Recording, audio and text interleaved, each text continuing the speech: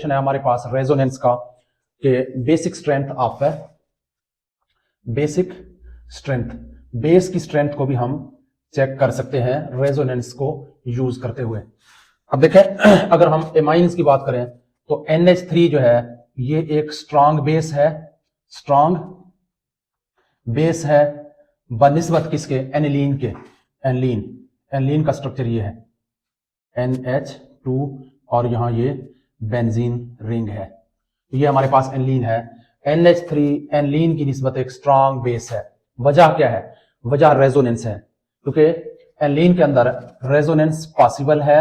अब ये आसानी से प्रोटॉन एक्सेप्ट नहीं कर सकता, अपना lone pair of electron proton को नहीं दे सकता।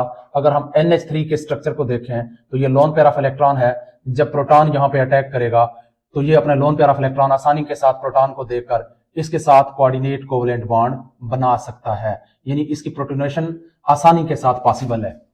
जबकि अगर हम एनिलीन को देखें, एनिलीन का स्ट्रक्चर कुछ इस तरह से है NH2 lone pair of electron, यहां पे ये यहां क्या होना है, यहां रेजोनेंस होनी है। तो इस रेजोनेंस की वजह से एनिलीन जो है ये अपने इलेक्ट्रॉनों को आसानी से डोनेट नहीं कर सकता, क्योंकि इसके इलेक्ट्रॉन जो है वो यहाँ पे डीलोकलाइज्ड है, घूम रहे होते हैं पूरे रिंग के ऊपर। तो हाइड्रोजन के लिए, प्रोटॉन के लिए यहाँ अटैक मारना जो है वो आसान नहीं रहेगा।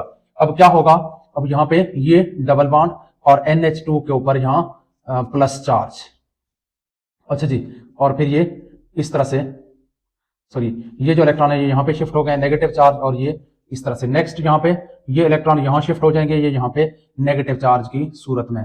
तो हमारे पास क्या बनेगा, NH2 प्लस और ये डबल बॉन्ड, और फिर ये नेगेटिव चार्ज यहाँ पे और यहाँ पे डबल बॉन्ड। फिर नेक्स्ट मजीद रेजोनेंस होगी, ये इलेक्ट्रॉन यहाँ शिफ्ट हो जाएंगे, ये यहाँ पे नेगेटिव चार्ज की सूरत में। तो हमारे पास नेक्स्ट स्ट्रक्चर कुछ यूं बनेगा NH2 प्लस और यहाँ पे ये डबल बॉन्ड और ये नेगेटिव चार्ज, ये डबल बॉन्ड। नेक्स्ट यहाँ पे एक और रेजोनेटिंग स्ट्रक्चर पॉसिबल है, ये इलेक्ट्रॉन यहाँ शिफ्ट हो जाएंगे और ये यहाँ पे लोन पेयर की सूरत में।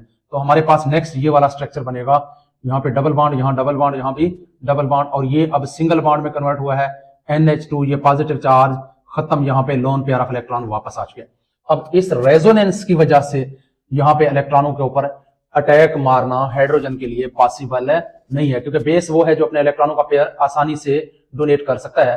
तो एनिलीन जो है इलेक्ट्रॉनों का पेयर डोनेट करेगा, पर इस कदर आसानी से डोनेट नहीं कर सकता जिस कदर आसानी से अमोनिया जो है वो डोनेट कर सकता है। वजह क्या है कि अमोनिया के अंदर रेजोनेंस नहीं है, जबकि एनिलीन के अंदर रेजोनेंस पॉसिबल है। इस वजह से एनिलीन के इलेक्ट्रॉनों के ऊपर अटैक मारना मुश्किल है, क्योंकि एनिलीन के जो इलेक्ट्रॉन है ये यहाँ पे डीलोकलाइज्ड है, पूरे रिंग के ऊपर यूं यूं घूम रहे होते हैं और हाइड्रोजन उनके ऊपर आसानी से अटैक नहीं